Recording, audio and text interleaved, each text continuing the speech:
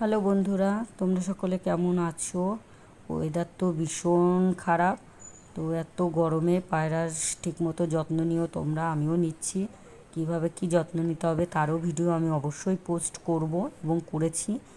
তো দেখো, আজকে আমি একটা কালদমা সেট নিয়ে এসেছি কবুতর। সেটটা অবশ্য আমার বাড়ির নয়, আমার ফ্রেন্ডস অর্থাৎ আমার এক দাদার বাড়ির। সো কবুতর লাভার। তো আমরা সবাই কবুতর লাভার, সেও কবুতর লাভার। তার বাড়ির এক সেটে পায়রা কালদমা। দেখো গলাটা ভাইব্রেট হচ্ছে এবং নর্মাদা কনফার্ম পুরো সেট এটা।